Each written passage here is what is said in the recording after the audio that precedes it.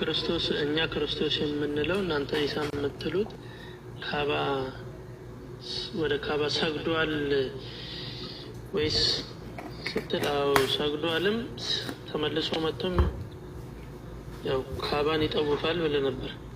አንዴ አስተካክልህ ያልተናገርኩትን እየተናገርክ ስለሆነ ላስተካክልህ። እሺ አይ እኔ መናገር እችላለሁ፣ ችግር የለውም። ስለተሳሳትክ ነው ያልተናገርኩት። ኦኬ የምንድን ነው የጠየቀችው? እዛ ሄዶ ሀጅ አድርገዋል ወይ አለች። አዎ ሀጅ አድርገዋል፣ ወደፊትም ያደርጋል። ወደዚያ ዞሮ ሰግዷል የሚለውን ደግሞ አንተ ጨመርከው። ነብያ ሀጅ አድርጓል የሚለውን ነው። እሺ ሀጅ አድርጓል። እሺ ያ ነው እና ኢየሱስ ክርስቶስ መቼ ነው መጥቶ ካባው ሳይፈርስ በፊት ነው ወይስ መጥቶ ሀጅ የሚያደርገው ከፈረሰ በኋላ ነው የሚለው? ኦኬ ወይስ ካባው አይፈርስም?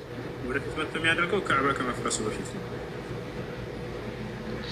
አሁን ለምሳሌ እንግዲህ እሱ የሚመጣው በስተመጨረሻ ቀን ነው አይደለ? አይደለም። ኢየሱስ ክርስቶስ ከእርሱ በፊት ከእርሱ በኋላ 7 የትንሣኤ ምልክቶች አሉ። 10 የትንሣኤ ምልክቶች አሉ። በአጠቃላይ እርሱ የሚመጣው የመጀመሪያዎቹ ላይ አካባቢ ነው። መጀመሪያ ላይ ምንድን ነው የሚሆነው ከተባለ መህዲ ይመጣል። ከዚያ ሁለተኛ ማን ይመጣል? ሐሰተኛው መሲህ ይመጣል። አይሁዶች እስካሁን ድረስ የሚጠብቁት መሲህ አለ፣ እርሱ ይመጣል። ሶስተኛ ማን ይመጣል? እውነተኛው መሲህ ዒሳ ወይም ኢየሱስ ከሰማይ ይወርዳል፣ በመላእክታቸው ይወርዳል። እሱ ሶስተኛ ደረጃ ላይ ነው። ካባ መፍረስ ከትንሣኤ ምልክቶች ነው። ነገር ግን ከዚያ በኋላ ነው መሲሁ መጥቶ ሀጅ ካደረገ ምን ካለ በኋላ ከዚያ በኋላ የሚሆን ነገር ነው። መረጃ አለ ይህን የሚጠቅስ ካባ መረጃ አለክ?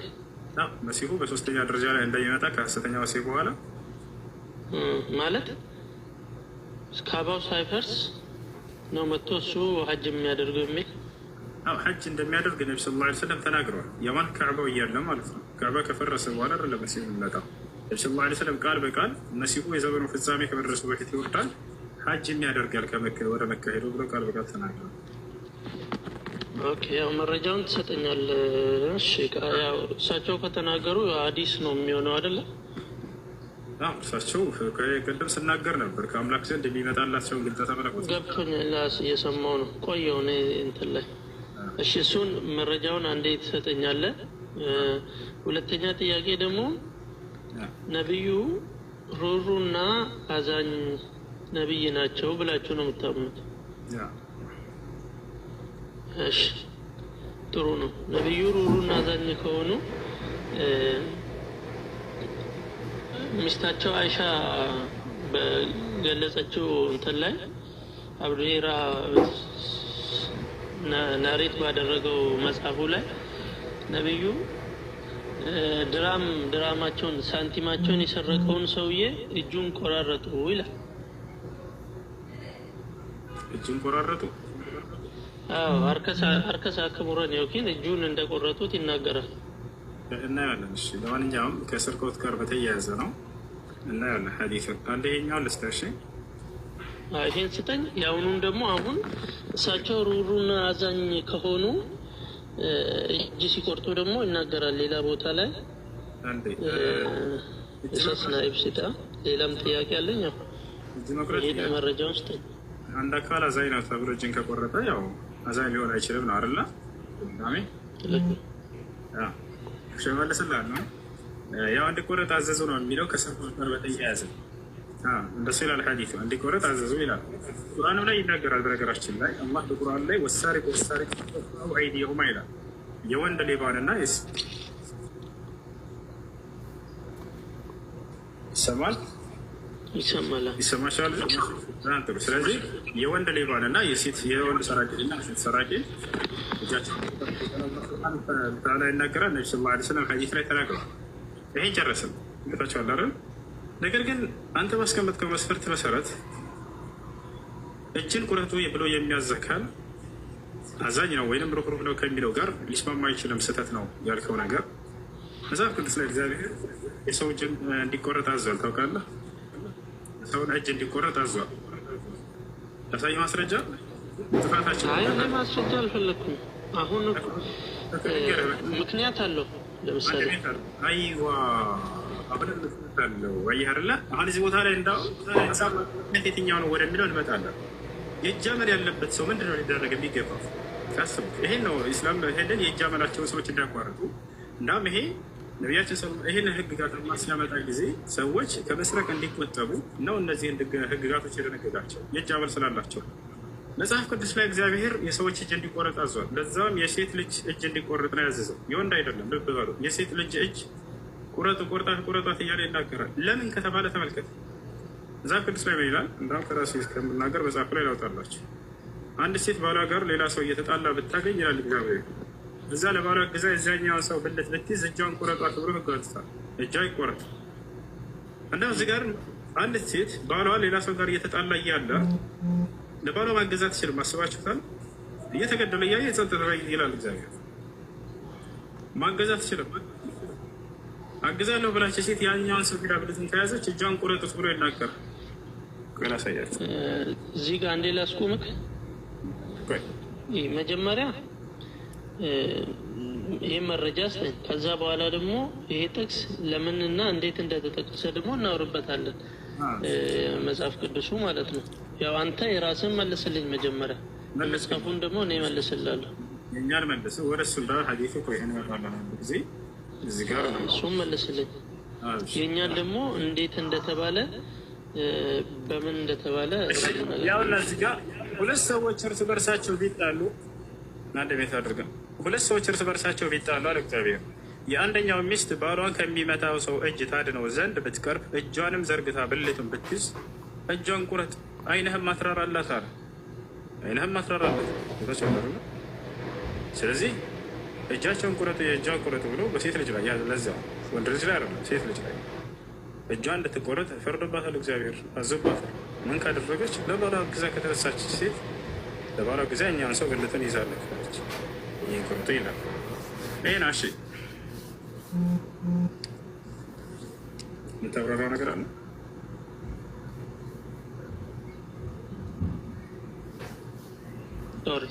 ሚዩት ላይ ነበር።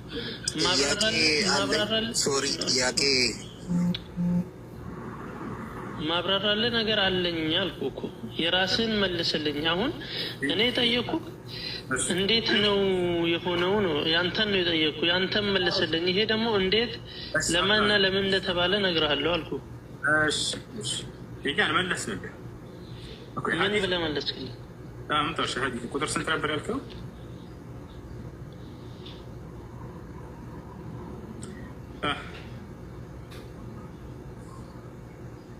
እሺ እስከዛ ሌላ ጥያቄ ያስቀጥል።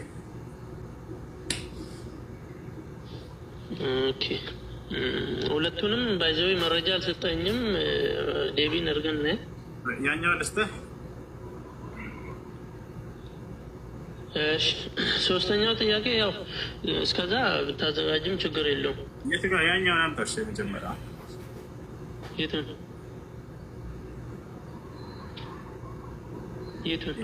መጀመሪያ ያልከውን እኔን ነው። ከዛ እየጠየክ ነው እንድናይልህ ከፈለክ መጀመሪያውን አምጣሽ። ምኑን? ስለ መስረቅ የተናገርከውን። ስለ መስረቅ ምን አወጣለሁ? ነገርኩ። ያንተ መጽሐፍ አይደል እንዴ እንዳለ ትክዳለህ አንተ። ማሰደስና የትጋር ትክዳለህ? አይ አይልም በለኛ። እሱንም ከሆነ አውጥላለሁ ነው ማለት ቃል ከማምጣት አለበት። ኧረ በስመ አብ ወሱ ምን ነካ? እሺ በቃ ለለፈውሽ። አሁን ወደ ጥያቄ ፈልክ። ኦኬ እኔ ጋር ጥያቄ አለኝ። ሶሪ እሺ ጥያቄ ምንድን ነው? ከቅድሙ ብዙ ሀሳቦች ሲነሱ ነበረ እና በዛ ውስጥ እንደ ማብራሪያም ያልገባኝም ጥያቄ ስለነበረኝ ያንን ሀሳብ ሊጠይቅ ፈልጌ ነው። ቅድም የምገባው ኔትወርክ እንደሆነ ያወጣኝ። አንደኛው ጥያቄ ቅድም ስለ አዳም ከአዳም ሲዘዋወር ለነበረው ኃጢአት ስታወራ ነበረ ወንድማችን። ያ ኃጢአት አሁን ከአዳም ወደ ሰው ልጅ ሲዘዋወር የቆየው ኃጢአት ስርየትን አገኝቷል ወይስ አላገኘም?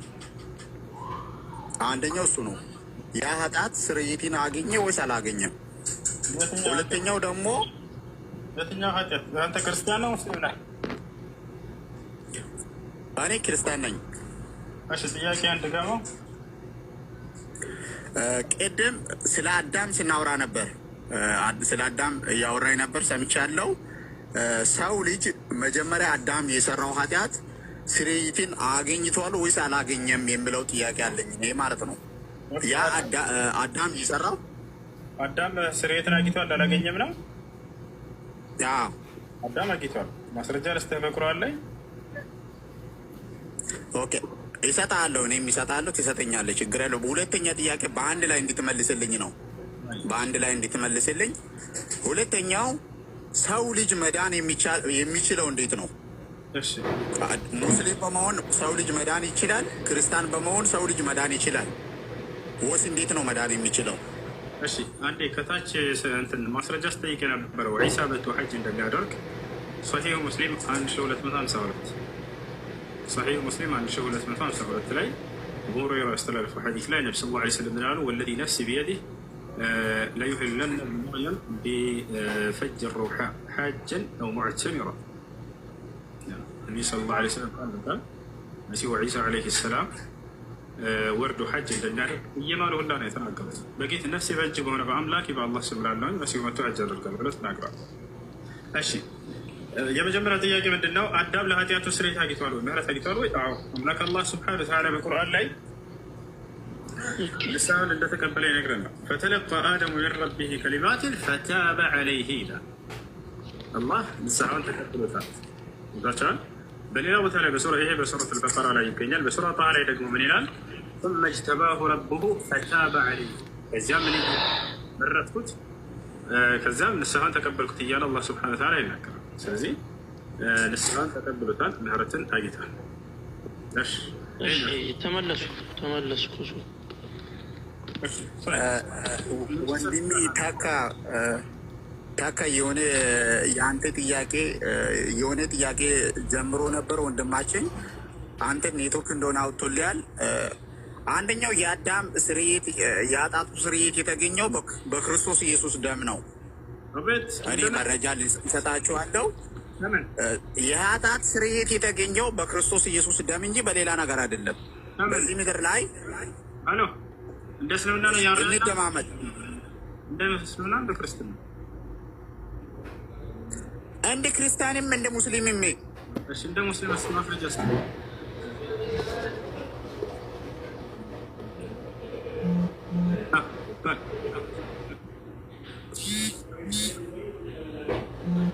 እሺ ወንድማችን እስከሚመጣ እሱ ምን አልከኝ? እሺ አንዴ ዒሳ በቱ ሐጅ እንደሚያደርግ ምንጩን እየሰጠው ነበር። ያዘውት አልሰማሁትም። ሶሒህ ሙስሊም 1252 1252 እሺ የአሁኑን ስለ እጅ መቁረጥ የለም እንደዚህ አይነት የሚል ነው ያልከኝ ወይስ ማን? አንዴ አዎ ወይም የለም ማለት ማስረጃውን አምጣው ነው ያልከው። እና ማስረጃ እኮ አመጥላለሁ እኔ የለም በለኝና አመጥላለሁ። ወይም አለ ካለ ደግሞ አለልህም ማስረጃውን አምጣ ነው ያልከው።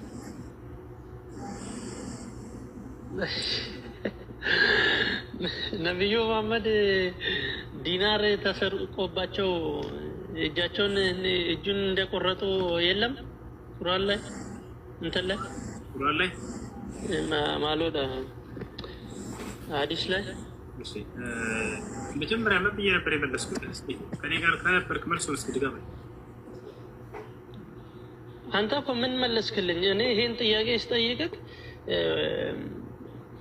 ሩሩ እየሆኑ እጅ እየቆረጡ ሩሩ መሆን አይቻልም፣ ይሄ አይጋጭም ወይም ያስብላል ምናምን አልክና ደግሞ ሄደህ መጽሐፍ ቅዱስን ጠቀስክ። ኢሳያስ ነው ዘዳግም እኔ ጋር አይደለም። ስለ እስልምና ምን እንደሚል በዚህ ጉዳይ ላይ አልመለስኩልህም። ቀጥታ መጽሐፍ ቅዱስ ላይ ሄድካል። ትልቅ አይደላችሁ ታሻላችሁ። ትልቅ ነን። ለምንድን ነው አንተ ሌላ ነገር የምታወራው? አማ አለ ወይስ የለም? የለም ካልከኝ አሳያለሁ። ካለ ደግሞ ምንድን ነው? እንዴት ነው? ከሩሩና ከአዛኝነት ጋር አይጋጭም ወይ የሚለውን መልስልኝ። አይ ደግሞ የለም ካል ይቀራል። አንተ ያልከው የለም ያልከው እንደገና ምን ነበር ያልከው? ገና ስትመጣ ምን እንደሚል ሐዲሱ ከዛ ነገርኩህ። በለኝ ምን ይላል? እስኪ ምን ይላል? አንተ ያልከው ምንድን ነው? እኔ ያልኩህ ስማኝ፣ ነቢዩ ሙሐመድ አዛኝና ሩሩ ናቸው ትላላችሁ ብላችሁ ነው የምታምኑት አልኩ። እውነት ነው። እሺ አዛኝና ሩሩ እየሆኑ ደግሞ እጅ ቆርጠዋል ይልሃል። ይሄ ደግሞ አይጋጭም ወይ አልኩ። አሁን እጅ ቆርጠዋል ነብስ ባል ስለሚለው ነው ከፍታ ስለሚለው እና ትልቁ ላይ ክፈተው። እሺ ያው ጊዜ እንትን አንበል ብዙ ሰው ስላለ ክፈት። እኔ ምን ከፍታለሁ? እነግርሃለሁ። ክፈትና አንብብ ራስህ ቦታው። ችግር የለውም ንገረን፣ እንከፍተዋለን። ጀሚላ ተርሚ 1445 ላይ ጀሚላ ተርሚ ስንት ላይ? 1445 ላይ አይሻ የተናገረችውን አቡሌራን ማስረጃውን ጀሚላ ተርሚ ስንት ነው ያልከው? 1445 ጀሚላ ተርሚ 1445 ልብ በል 45 ያለው እንደ ሰምታችኋል። ነቢ መሐመድ ያልኩትን ተው በቃ አንተ አንብበው ቦታውን። ለምንድን ነው እኔ ያልኩህ መጀመሪያ እኔ ልንገርህ እሱ አንድ ያዘልኝ እስከምታወጣ ተረጋጋ እንጂ ቀስ በል። አንተ ያልከው የለም ብዬ ደጋግሜ ስናገር ነበር። መጀመሪያ ላይ ሐዲሱ ምን እንደሚል ሁሉ ነግሬህ ነበረ። አንተ ያልከው የለም። አዎ አንተ ያልከው የለም። ምንድን ነው አንተ ያልከው? ነቢ መሐመድ ሰለላሁ ዐለይሂ ወሰለም እጅ ቆርጠዋል ነው ያልከው። እንደሱ የሚላለ ልክፈተው።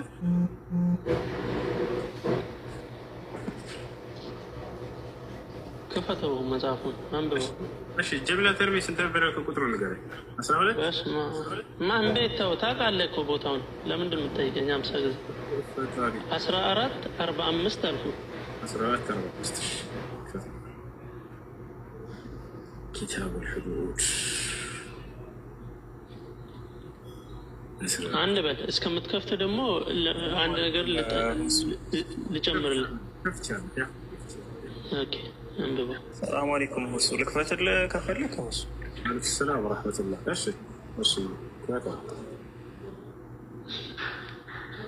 እሺ እስከዛ ልጨምርልህ እኔ እሱ አለካ አይደል? እሺ ያውና كان النبي صلى الله عليه وسلم يقطع في ربع دينار فصاعدا. قال أبو عيسى لا ذكر النبي صلى الله عليه وسلم كان يقطع إلى النبي صلى الله عليه وسلم أن عندنا كان عنده يقرطون من النبي صلى الله عليه وسلم من إلى ይቆርጥ ነበር ይላል። ቆረጠ የሚል አንድን አካል የለም። ነብዩ ሰለላሁ ዐለይሂ ወሰለም የቆረጠ አካል የለም። ነገር ግን ያንን መጠኑን እያስቀመጠ ነው። ምን ያክል መጠን ሰው እጅ ሊቆረጥበት የሚችልበትን መጠን እየተናገሩ ነው። ከታች ያለው ሐዲስ ያብራራል። ከታች ያለው አማርኛ አድርገው አማርኛ እዚህ ጋር አይቀይርልም። ከታች ያለው ሐዲስ ነብዩ ሰለላሁ ዐለይሂ ወሰለም አንድ ሰው እጅ ሊቆረጥበት የሚችልበትን መጠን እየገለጹ يعني قطع في ربع دينار. وروي عن ابي هريره وابي سعيد انه قال تقطع اليد في 5 دراهم. تمام ነቢያችን ሰለላሁ ዐለይሂ ወሰለም ልክ እንደ አቡበክር ሲዲቅ ልክ እንደ ዑመር እጅ የሚቆረጥበትን መጠን እየተናገሩ ነው። ትቅጣዕ ወደ አማርኛ እንዲቀይርላችሁ አንዴ ትልቁ ላይ አድርጉኝ ወደ አማርኛ ነው። እዚህ ሳይሆን ኮፒ አድርጌ በጎግል ላይ ገብቼ ተረጉምልህ ነው። እኛ እናውቀዋለን ትርጉሙን ለአንተ እንድታዩ ነው። እኔ አይቼዋለሁ በእንግሊዝኛ ላሳየህ ነው። እዚያ ጋር ከታች ያለው ሐዲስ ያብራራል። ሐዲስ ይተረጎማል አይደለ? ያን ሰለላሁ ዐለይሂ ወሰለም መጠኑን እየተናገሩ ነው። ላሳየህ ያው እና ቀጣይ ሐዲስ ላይ ስንት ላይ መሰለህ? አንተ ያመጣው ስንት ነው? 1445 አይደለ? ያው 1446 ላይ በዚህ ጉዳይ ላይ የሚናገር تقطع اليد في 1445 ክፈትልኝ በአማርኛ። ያ ይሄንን ይፈስራል። በአንድ ላይ የተገለጹ ሐዲሶች ናቸው። ሁሉም የሚናገሩት በምን ያክል መጠን እንደሚቆረጥ የሚናገርበትን ሐዲስ ነው የገለጸው። ከታች ያለው ከላይ ያለውን አብራራለን። ይሄን አሁን እዚህ ጋር ትራንስሌት ላደርግ ነው። እሺ ከታች ትራንስሌት ለምን እሱ አንዴ እንስማማ። እኔ 1445ን ትራንስሌት ብለኝ ከቻልክ ደግሞ እለፈው። ካልቻልክ ደግሞ ጥያቄውን እለፈውና ሌላ ጥያቄ ልጠይቅህ። ችግር የለውም። ስላነበብኩት አንድ አምጥ እንዴት እንደሚተረጎም አንዱ በሌላ ይተረጎማል እያልኩህ እኮ ነው። ያን ነው ሐዲስ ነው። እሱን አንብብልኝ መጀመሪያ። ያን ተርጉምልኝ። ላትረብሻላችሁ። በምን ቋንቋ እናስረዳችሁ? አንድ ሐዲስ ነው ያልኩህ ነው። ይህ የሚናገረው በምን ያክል መጠን እንደሚቆረጥ ለመናገር ነው የሁሉም ሐዲሶች የተቀመጡት። ነቢ ሰለላሁ ዐለይሂ ወሰለም አንድን አካል ተጠርቶ አካሌን ቆርጠዋል የሚል ልታወጣ ትችልም። ነገር ግን እዚህ ቦታ ላይ እዚያ ነቢ ሰለላሁ ዐለይሂ ወሰለም በዚህ ያክል መጠን ይቆርጣሉ ሲባል ጊዜ መጠኑን እያስቀመጠ ነው። ይሄኛው ሐዲስ ይሄኛው ይተረጉምልሃል። ቱቅጠዑ ልየዱ ፊ 5 ደራሂም ይላል። ከታች ጋር አስቀመጡት። ነቢ ሰለላሁ ዐለይሂ ወሰለም ምን አሉ? የአንድ ሰው እጅ በዚህ መጠን ይቆረጣል እያሉ እየተናገሩ ነው። ይሄን ያክል ከሰረቀ እያሉ እየተናገሩ ነው። ያው ምን ይላል? ቱቅጠዑ ልየዱ ፊ 5 ደራሂም፣ እጅ ትቆረጣለች በ5 ድርሃም እና በ5 ድርሃም ተብሎ ተቀምጧል። ይሄን ወደ አማርኛ እዚሁ ጋር ልቀይርልህ፣ ትራንስሌት አድርግልህ።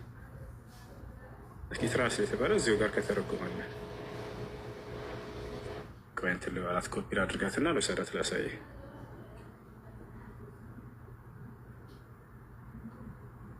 تقطع اليد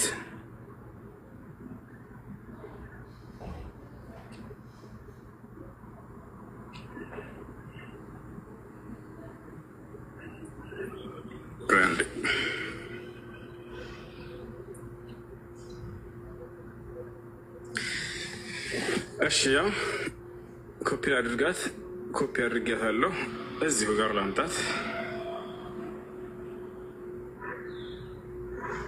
አሁን ትራንስሌት ላድርግልህ። አረበኛ እናድርገው። ይሄ እሺ፣ ይሄ ወደ አማርኛ ይሆንልን። አሁን ያው ያንን ሐዲስ ቃል በቃል እዚህ ጋር ላስቀምጥልህና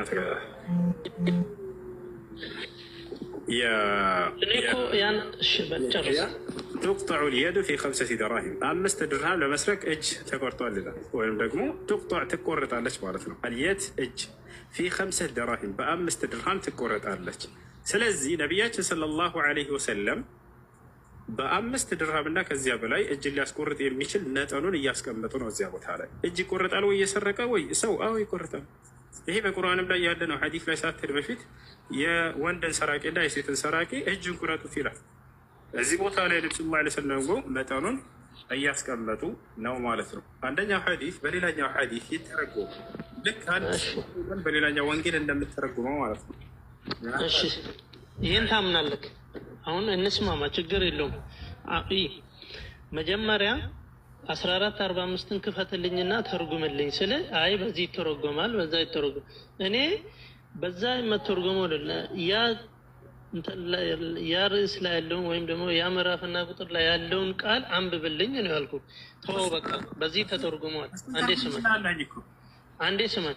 እኔ ትርጉም ቁርአንም በቁርአን ወይም ክፍልም በክፍል አልፈለኩም። እኔ ያን ራሱን ነው የፈለኩት። ለምን አንተ እንደፈለክ ነው የሚሆነው? አንድ ቤት አድርግ እንዴ አያችሁት አይደለ? አንዱ ሁለቱም አንድ አይነት ሀሳብ ነው የሚናገረው። ገብቷቸዋል? አይ ይሄኛውን ነው የምፈልገው ይሄኛው የሚተረጉመውን ሐዲስ አልቀበልም እያለ አያችሁት? ለምን ራሳችሁን ትዘጋላችሁ? እውነትን ከማወቅ አንዱ በሌላ ይተረጎማል። ሐዲስ በሐዲስ ይተረጎማል። ቁርአን በቁርአን ይተረጎማል። አንተ አንድ ጥቅስ ላይ አይደለም እዛ አንድ መጽሐፍ ላይ የሌለ መጽሐፍ የድሮ መጽሐፍ ብሉይ ኪዳን አምጥተህ አይደል በአዲስ ኪዳን የምትተረጉመው? አይ ይሄኛውን አልቀበልህም ዮሐንስ ላይ ያለውን እዛ ላይ ያለውን እቀበልሃለሁ ካልኩኝ እኔ በብዙ ነገር ክርስትና ሐሰት መሆኑን አሳያለሁ። ለምሳሌ ቃል እንደሆነ ኢየሱስ ክርስቶስ ከዮሐንስ የተናገረ አንድ ሰው አለ። ሌላ ማንም አታመጣም። ማቴዎስ ቃል ነው አለ ነው። ሉቃስ ቃልነቱን አልተናገረም። ማርቆስ ቃልነቱን አልተናገረም። ዮሐንስ ብቻ አንዲቷ ላይ ተናገረ። በድንግልና እንደተወለደ ከማቴዎስ ውጭ ሌላ አካል አምጣ ዮሐንስ ተናግረው አልተናገረም። አይ ይሄኛው እኮ በዛኛው ይተረጉማል ትለኛለህ። የዛ ነው ይሄኛው የተናገረው የዚህኛውን ሐሳብ ይተረጉማል። እንደዛ ነው። አሁንም እዚህ ቦታ ላይ ሐዲሱ እየተናገረው ያለው የስርቆት መጠንን አስቀመጠ። ነብዩ ሰለላሁ ዐለይሂ ወሰለም በዚህ አክል ይቆርጡ ነበር ተብሎ ተቀመጠ። ከዚያ ታች ላይ መጠኑን እንዳስቀመጡት እንደነበረ ከታችኛው ያለው ሐዲስ ተናገረ።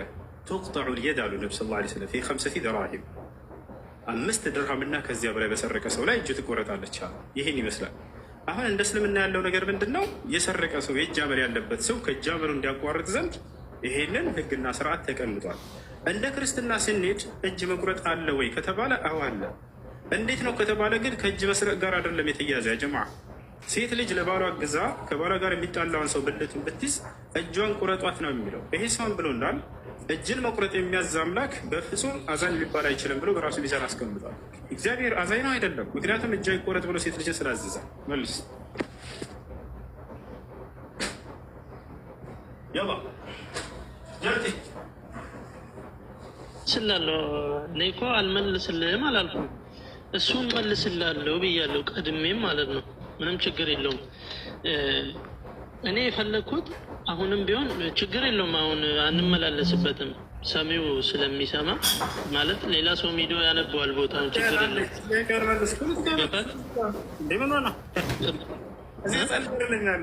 ሁሉም ትላልቆች ናቸው። ሁለት አለፍን በቃ አለፍን። ተተርጉሟል አላለፍን። ምንድን ነው ያስቀመጥከው? እጅ ቆረጥ ብሎ የሚያዛባ ከዛኛ አይደለም ብለሃል አላልኩም መጀመሪያ ላይ ብያለሁ። ስለዚህ እግዚአብሔር እግዚአብሔር ሴት ልጆችን እጃቸውን ቁረጡ ብሏል። አዛኝ አይደለም ማለት ነው። ለምንድን ነው እንደተባለ ያንተ ሐዲስ ላይ የተናገረው እጅ መቁረጥና መጽሐፍ ላይ ምን እንደተናገረ እናያለን ብያለሁ። አንተ ባስቀመጥከው ሚዛን እጅ ቁረጡ ብሎ የሚያዝ አምላክ አዛኝ ሮብሮብ ሊባል አይችልም ብለሃል። እግዚአብሔር ሴቶችን እጃቸውን ቁረጡ ብሏል ያለው መጀመሪያ ስመት። ስለዚህ አዛኝና ማለት ነው። ጨርሰና እድል ስጠኝ። እድል ስጠኝ።